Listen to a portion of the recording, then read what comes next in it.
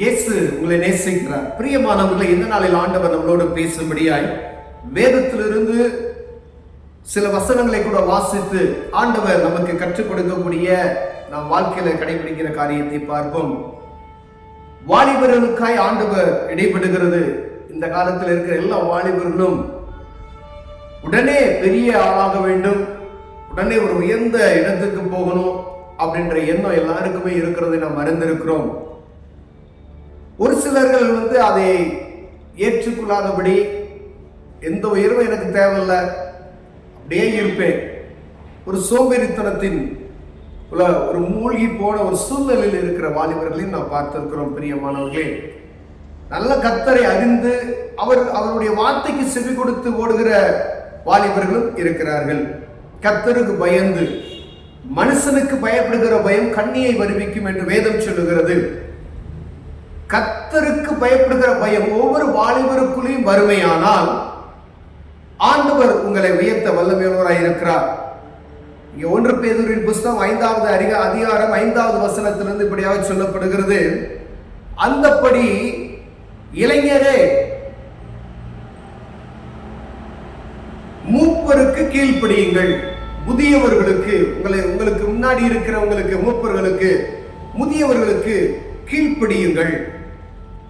நீங்கள் எல்லாரும் ஒருவருக்கொருவர் கீழ்ப்படிந்து மனத்தாழ்மையை அணிந்து கொள்ளுங்கள். பெருமையுள்ளவர்களுக்கு தேவன் எதிர்த்து நிற்கிறார், தாழ்மையுள்ளவர்களுக்கோ கிருபை அளிக்கிறார். எல்லா வாலிபர்களுக்குள்ளேயும் ஒரு பெருமை என்பது அவர்களுக்கு, அது பெருமை என்று அவர்களுக்கு தெரியாது. உங்களுக்குள்ள நான் செய்யறதுதான் சரியான காரியம், யார் சொன்னாலும் அதை கேட்காதபடிக்கு ஒரு இருமாப்பாய் நம்ம இருக்கிறோம் பார்த்தீங்களா, அது ஒரு பெருமையான ஒரு காரியம். எனக்கு எல்லாம் தெரியும், நான் படிச்சிருக்கேன், பேரண்ட்ஸ் படிக்கல, நான் படிச்சிருக்கேன், அவ்வளவுதான், அதெல்லாம் தெரியும், பணம் சம்பாரிச்சுக்கலாம், சர்ச்சுக்கு போய்க்கலாம், அந்த மாதிரி ஒரு பெருமை. ஆண்டவர் அப்படிப்பட்ட ஆட்களுக்கு என்ன செய்யணும், எதிர்த்து நிற்கிறார். உங்க படிப்பை குறித்து ஒரு பெருமை, உங்க வேலையை குறித்து ஒரு பெருமை, உங்க நண்பர்களை குறித்து ஒரு பெருமை, பார்த்துக்கலாம் அப்படின்ற ஒரு பெருமை, மதம், ஒரு மனசுக்குள்ள இருக்கக்கூடிய ஒரு காரியங்கள். ஆண்டவர் வாலிப பிள்ளைகளுக்கு சொல்லுகிற காரியத்தை பாருங்க. மூப்பர்களுக்கு, முதல்ல மூப்பர்களுக்கு கீழ்ப்படியும். 2வது, தாழ்மை குணத்தை நீங்கள் எப்பொழுதுமே உங்களுக்குள்ள இருக்கணும். தாழ்மை அப்படின்னா என்னால ஒண்ணுமே செய்யணும் அப்படி இல்லை, பெருமை இல்லாதபடிக்கு நீ படிச்சிருந்தாலும் சரி, உன்கிட்ட கோடி ரூபாய் பணம் இருந்தாலும் சரி, மற்றவங்கிட்ட பேசும்போது அது கர்த்தருடைய அந்த ஆண்டவர் இயேசு கிறிஸ்து இந்த பூமியிலிருந்து எப்படி அவருடைய தாழ்மையை வெளிப்படுத்தினார் என்பதை நாம் பார்த்திருக்கிறோம். அந்த அன்பு, அவர் வானத்தையும் பூமியும் படைத்த சர்வ வல்லமையுள்ள தேவன். அவர் மனிதராக வரும் பொழுது அவருடைய ஏழ்மையான, பாருங்க, ஒரு சாதாரணமா பேசுகிற காரியம், அவர் எதையும் யார்ட்டையும் போய் அதை நாம் பெருமைப்படுத்தவே இல்லை, எதை குறித்தும். ஆகையால் ஏற்ற காலத்தில் தேவன் உங்களை உயர்த்தும்படிக்கு அவருடைய பலத்த கைக்குள் அடங்கியிருங்கள். ஏற்ற காலம், உங்களை உயர்த்தணும்னு சொல்லி ஆண்டவர் ஒரு காலத்தை வைத்திருக்கிறார். அதுக்கு முன்பதாக நீ என்ன பிரயாசப்பட்டாலும் பிரயாசப்படணும், அப்படி இல்லைன்னா சோம்பேறி ஆயிருவீங்க.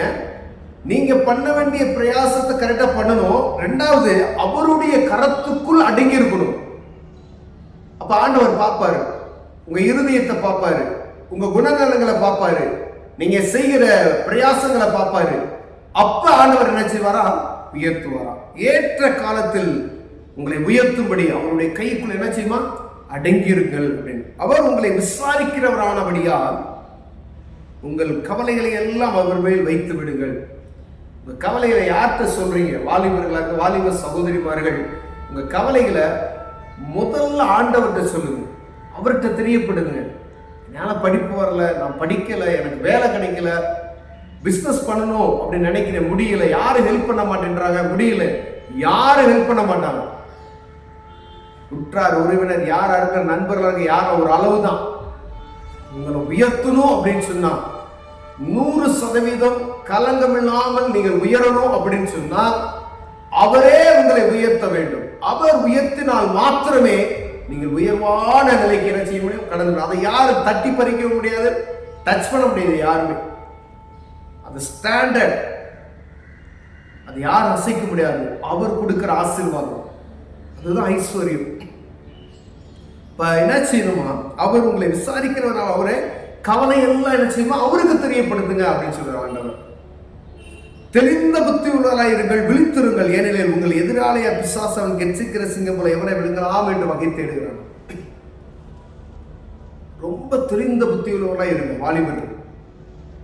உங்களை சுத்தி சத்ருவானவன் உங்களை எப்ப விழுங்கலான்னு சொல்லி என்ன ஆசை காட்டி மோசம் போக்கி அதை காண்பித்து உலகத்தினுடைய பெருமை, உலகத்தினுடைய சிற்றின்பங்கள் எங்கு பார்த்தாலும் உங்களை கவர்ச்சி பண்ணி இழுக்கக்கூடிய ஆண்டவருக்கு விருப்பமில்லாத காரியங்கள் அநேகம் இருக்கிறது. தெளிந்த புத்தியுள்ளவர்களாய் இருங்க, விழித்திருங்கள், பிசாசுக்கு கவனமாயிருங்கள் என்று ஆண்டவர் சொல்றார். இதெல்லாம் நீங்க கவனமாய் இருக்கும் பொழுது ஆண்டவர் உங்களை உயர்த்துவதில் வல்லமையுள்ளவராய் இருக்கிறார், உங்களை ஆசீர்வதிப்பார். ஒருவேளை இதில் குறிச்சொல்களாக காணப்பட்டீங்கன்னா தேவ சமூகத்தில் ஜெபம் செய்யுங்க, அற்புதம் செய்யும். அன்பின் தகப்பனை, வாலிபர்களை கர்த்தர் பொறுப்பெடுப்பீர்கள். ஒரு கரத்துக்குள் அடங்கி இருக்கிற கிருபையை தாங்க. இயேசுவின் நாமத்தில் பிதாவே, ஆமென்.